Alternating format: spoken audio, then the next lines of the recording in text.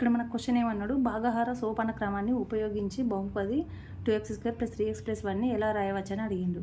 So ఇప్పుడు మనం answer రావాలంటే ఇప్పుడు ఇది ఇంటూ ఇది ఇలా చేసుకుంటూ పోతే మనకు టైం అక్కడ ఉండదు, మనకు పర్ 1 మినిట్లో మనం చేసేయాలి. కాబట్టి మనం ఇక్కడ సింగిల్ డిజిట్ ఇక్కడ మనకు +1 ఎలా వస్తుందా అని చూసుకుంటే సరిపోతుంది.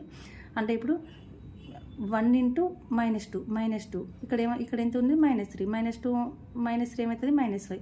ఇప్పుడు ఇక్కడ -1 × +2 అంటే -2 అండ్ ఇక్కడ ఎంత ఉంది -1 దట్ ఈస్ ఈక్వల్ −3 అవుతుంది.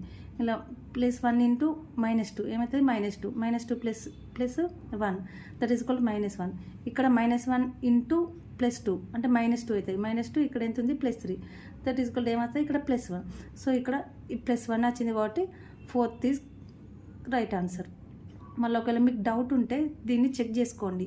ఇప్పుడు ఇది ఇంటూ ఇది దీన్ని సింప్లిఫై చేయండి, అప్పుడు ఇది వస్తుంది. ఎలా అంటే 2x × x 2x², 2x × 2 4x, -1 × x -x, -1 × +2 -2 and ఇక్కడ ఎంత +3 సింప్లిఫై చేస్తే ఇది వస్తుంది. కాబట్టి so 4th one is right.